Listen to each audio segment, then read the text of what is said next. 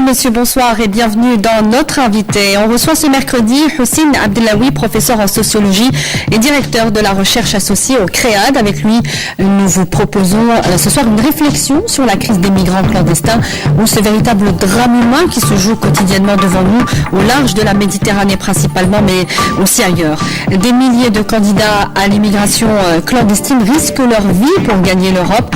Bien que leur nombre ait drastiquement baissé en 2016, les chiffres des pertes humaines a été paradoxalement plus élevé qu'en 2015, plus de 7 000 morts selon les Nations Unies. En cause des politiques migratoires européennes volontairement durcies, axées sur la dissuasion, l'accord, rappelez-vous, le 18 mars 2016 entre l'Union européenne et la Turquie en est le point d'orgue. L'UE qui compte également depuis le sommet de la Valette en novembre dernier sur le précieux concours des pays africains pour se débarrasser de ces migrants clandestins, souvent d'ailleurs au détriment du droit humain. Bonsoir, professeur Abdellaoui. Merci d'avoir accepté notre invitation.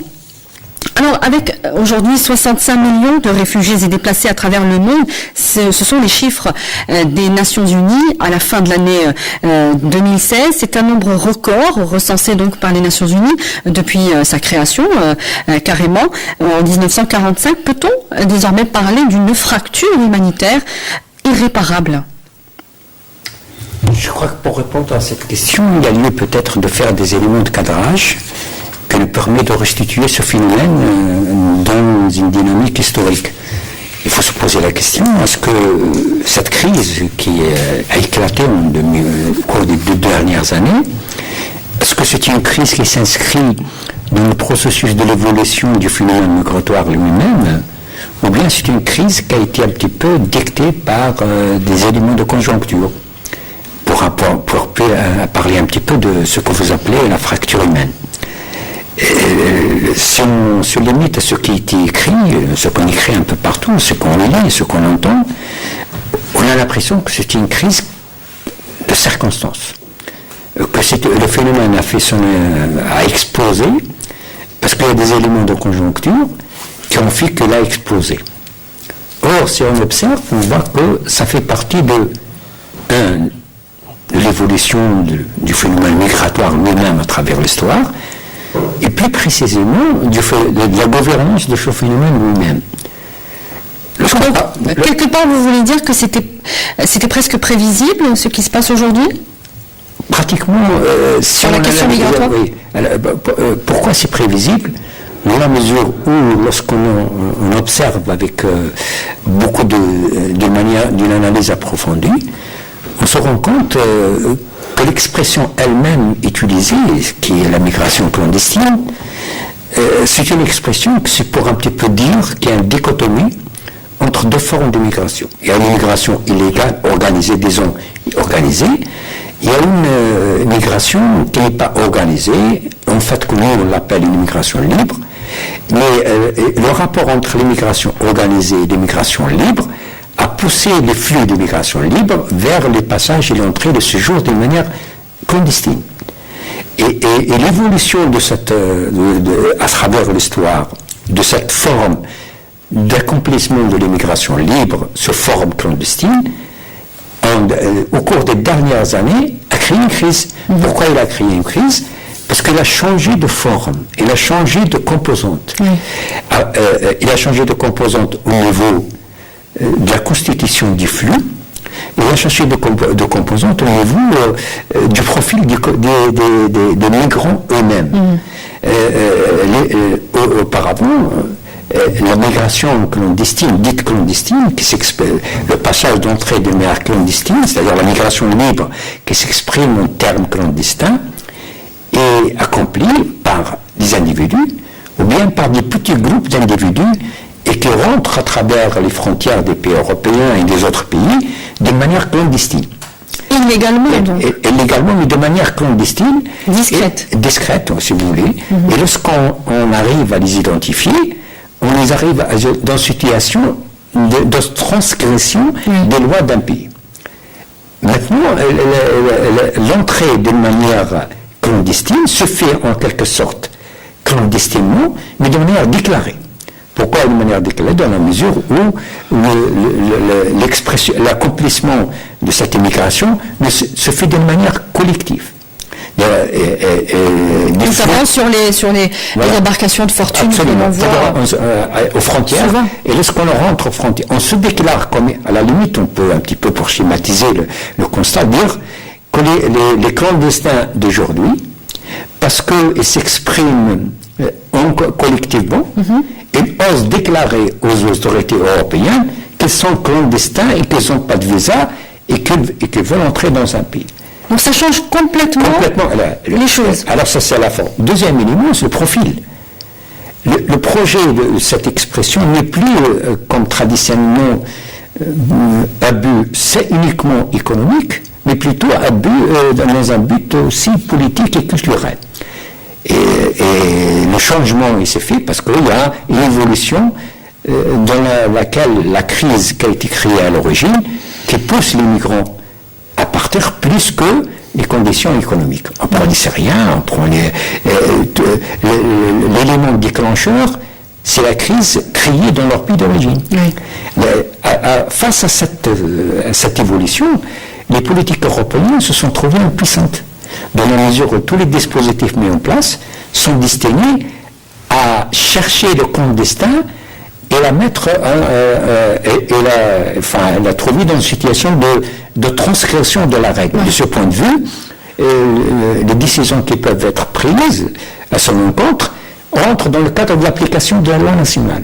Alors, vous anticipez un petit peu sur mes questions. Oui. On va d'abord essayer de comprendre, parce que vous expliquez un petit peu les concepts des différentes formes d'immigration. Aujourd'hui, lorsqu'on parle de 65 millions de réfugiés et de déplacés, on pense évidemment surtout aux conditions précaires dans lesquelles ces personnes peuvent se trouver. C'est pour ça que je vous ai posé la question par rapport à la fracture humanitaire. Aujourd'hui, lorsqu'on doit se tourner vers une institution, c'est bien les Nations Unies qui peut prendre la responsabilité de ces personnes en situation précaire. Est-ce que justement les Nations Unies ont échoué dans cette mission, selon vous ? Le rôle des Nations Unies se fait à travers le Haut Commissariat, le HCR. Et le commissariat, son activité essentiellement d'aide humanitaire. Le HCR, les Nations Unies en parlent HCR, n'intervient pas dans la mise en place de politiques. Non, lorsqu'on parle des Nations Unies, c'est évidemment la prévention des conflits avant d'arriver à la situation de réfugiés. Les Nations Unies, c'est un petit peu l'élément apparent de ce qui face aux politiques nationales. Oui. Les Nations Unies n'ont pas des capacités qui leur permettent de changer ces politiques nationales, mais ils peuvent proposer des éléments, amener des politiques nationales à aller dans un sens ou un autre. Mm. C'est-à-dire, si on prend le rôle de cette manière, peut-être que les Nations Unies n'ont pas suffisamment joué le rôle pour qu'elles deviennent un régulateur des politiques nationales. Mm. Et sur ce point de vue, c'est vrai que à la limite, les Nations Unies sont devenues à la fin comme des pompiers qui vont un petit peu éteindre le feu. Sous le rôle, l'un des aspects de son rôle à travers le HCR, c'est l'aide humanitaire. Et puis, il joue aussi un autre rôle au niveau de la résolution des problèmes posés par le demande d'asile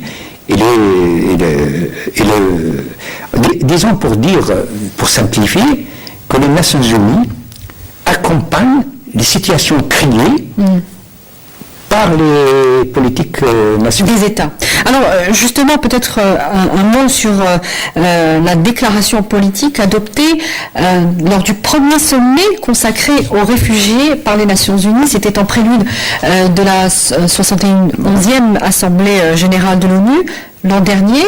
Il y a eu cette déclaration de New York. C'est comme ça qu'on l'a appelée.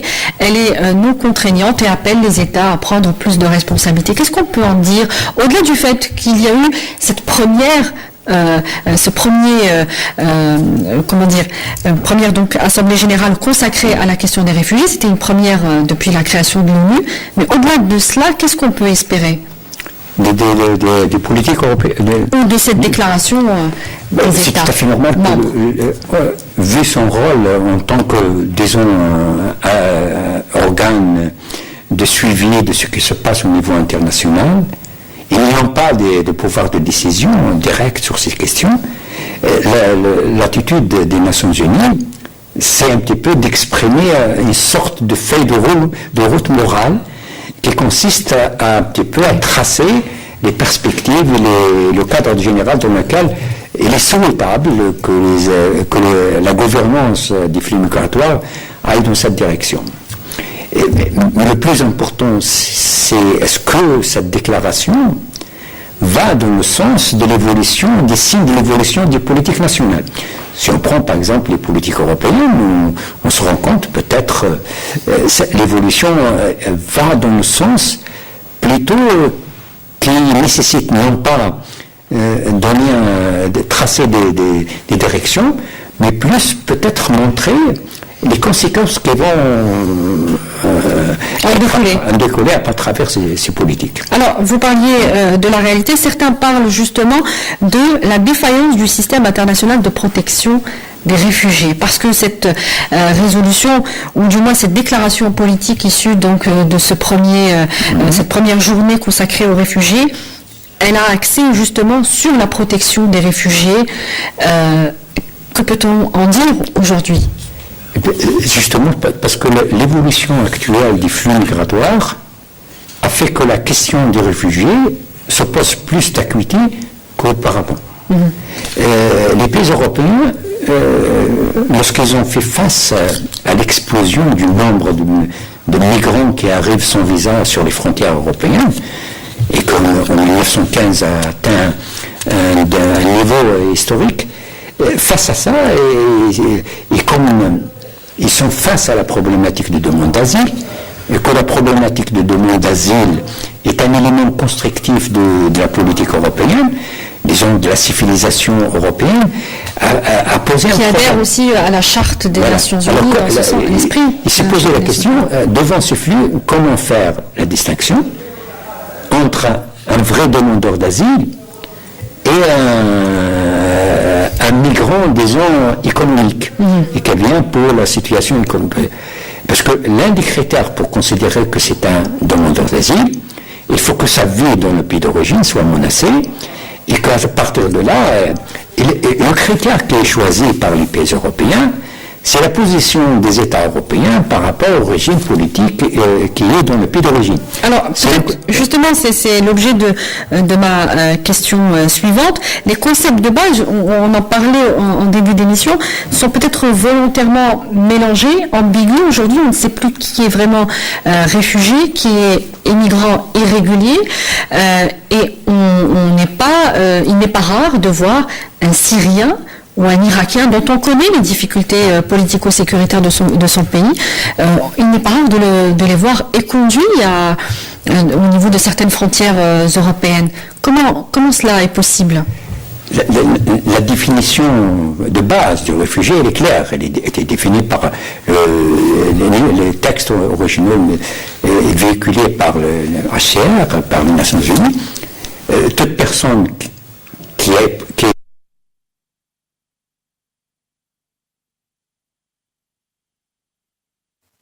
الله أكبر الله أكبر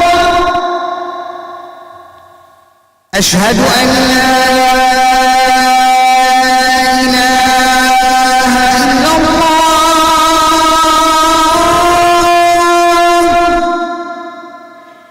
أشهد أن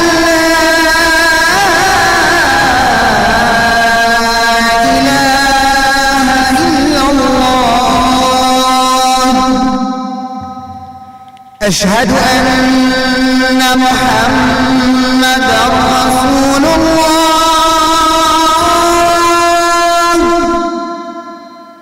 أشهد أن محمدًا رسول الله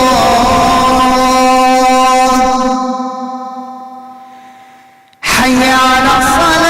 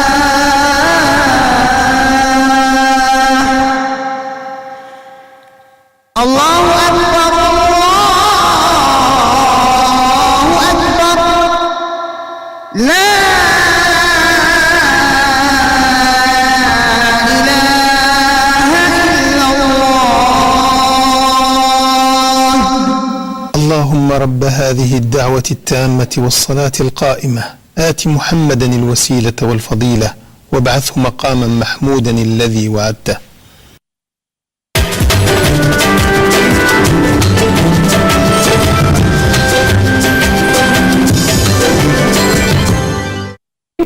Mais qu'elle est traitée politiquement comme étant non réfugiée, mais comme ce qui a vraiment un petit peu allé dans le sens, c'est un peu la distinction entre et là il y a un nouveau concept qui commence à émerger et qui a été utilisé, peut-être que parfois il n'a pas été beaucoup, il a été critiqué, c'est les flux migratoires mixtes.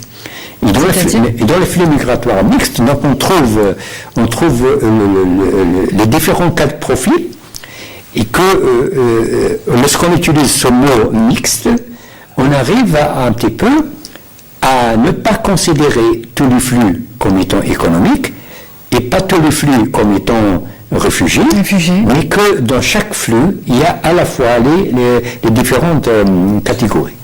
Et qu'à partir de l'identification des différentes catégories, on arrive à faire la part des choses.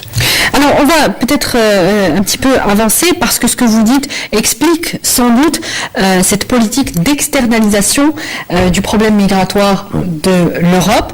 Et certains hauts responsables de l'Union européenne ont reconnu avoir du mal à gérer cette crise migratoire à l'interne. Ils ont donc décidé de l'externaliser et donc s'orienter vers une politique de sous-traitance, notamment avec la Turquie.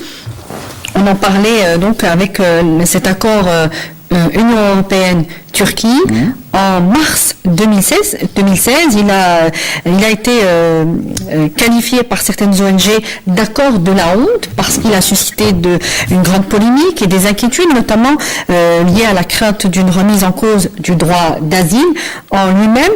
Ankara ne le fait pas gratuitement, on l'imagine bien, elle le fait contre des subventions financières ou la libéralisation des visas pour ses ressortissants, ou carrément, il est carrément question aussi de son adhésion à l'Union européenne. Que peut-on dire aujourd'hui de cette façon, de cette gestion de la crise migratoire? Elle est peut-être complètement déshumanisée aujourd'hui. Je vais tenter de dire qu'il ne s'agit pas seulement d'externalisation, mais de culpabilisation des tiers États. Dans la mesure où la politique d'externalisation n'a pas apparu en 2016. C'est une politique ancienne. Elle a commencé depuis une dizaine d'années, avec les flux migratoires les clandestins qui venaient de l'Afrique. Et à l'époque, sous la direction allemande et avec les Italiens, il y a tout un projet de créer des camps des camps de concentration, des barrages aux frontières des pays tiers, dans le cadre de ce qu'on a appelé la politique du voisinage. Et maintenant, avec la crise des flux de réfugiés sahéliens, afghans et somaliens, dans les 2 dernières années, le problème a pris une autre forme, à notre niveau, dans la mesure où on considère que la gestion des flux migratoires, dans le sens de trouver une solution aux flux qui posent des problèmes humains et dramatiques, doit être partagée par tous les pays, aussi bien des pays d'origine, des pays des voisins des pays d'origine et des pays de transit. Mais tout de même, avec la Turquie, on voit les résultats, ils ont été immédiatement satisfaisants pour l'Europe, en tout cas, le nombre de candidats à l'immigration a drastiquement diminué. Et là, il y a le deuxième aspect dans la gestion de l'attitude à l'égard de cette politique d'externalisation, et qui est fait sur des intérêts étatiques et nationaux, et que parfois, peut-être, les positions à l'égard des politiques européennes, il est tout à fait normal que chaque État défende son intérêt. Alors, est-ce que cela risque d'alourdir encore davantage le nombre des réfugiés et de déplacés dans le monde?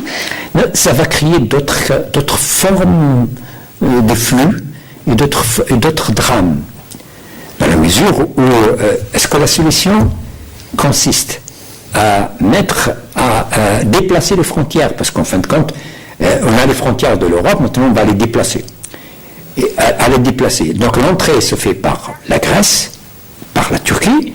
Il faut agir sur la Grèce et la Turquie, de sorte qu'ils jouent le rôle de filtrage et le rôle un petit peu de... Parce qu'il ne faut pas oublier non plus que les pays européens ont besoin de ces réfugiés pour des raisons économiques. Ils n'ont pas besoin de tous les réfugiés.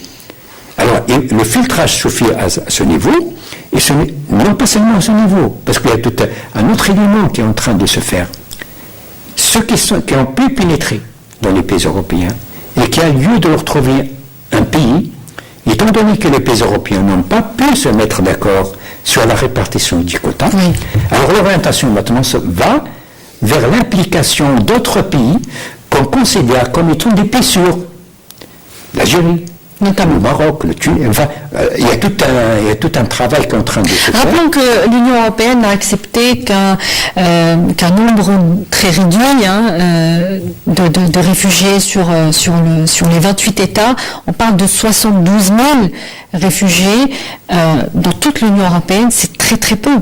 De toute la part, j'allais dire, des réfugiés dans le monde, 65 millions. Ce sont pourtant les pays les plus riches qui peuvent prendre davantage. Et si on va, pour confirmer un petit peu cette politique contradictoire avec les faits, le nombre de réfugiés, les pays qui reçoivent le plus grand nombre de réfugiés, ce n'est pas les pays européens. Les Européens reçoivent un petit peu, j'imagine, ça ne dépasse pas 10% du flux. Mais les grands pays, c'est l'Afrique. C'est donc les déplacer à l'intérieur du continent donc africain. Le problème qui se pose déjà à la limite, on trouve une solution, un flux qui représente peut-être une part peu importante par rapport aux flux généraux. À la limite, c'est là que vous avez raison d'évoquer le rôle des Nations Unies. C'est à ce niveau-là que les Nations Unies doivent intervenir, en abordant la question de sa globalité et en essayant de tracer une feuille de route, un modèle de solution dans la globalité et non pas en essayant un petit peu de réagir à l'égard des politiques régionales. Les pays européens, en quelque sorte, font un petit peu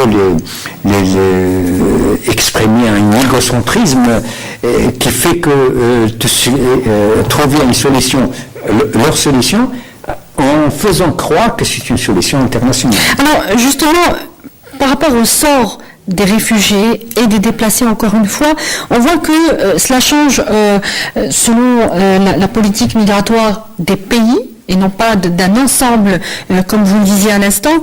Dans les pays industrialisés, par exemple, les migrants deviennent facilement les boucs émissaires des partis populistes de la droite et qui surfent, on le voit bien, sur cette vague anti-immigration. Et puis dans les pays en développement, là, les migrants sont devenus une monnaie d'échange. C'est le cas de la Turquie dont on parle. Donc, les migrants contre mes intérêts, les intérêts économiques ou autres. Donc, qu'est-ce qu'on peut dire aussi sur encore une fois, sur cette déshumanisation de la question des réfugiés?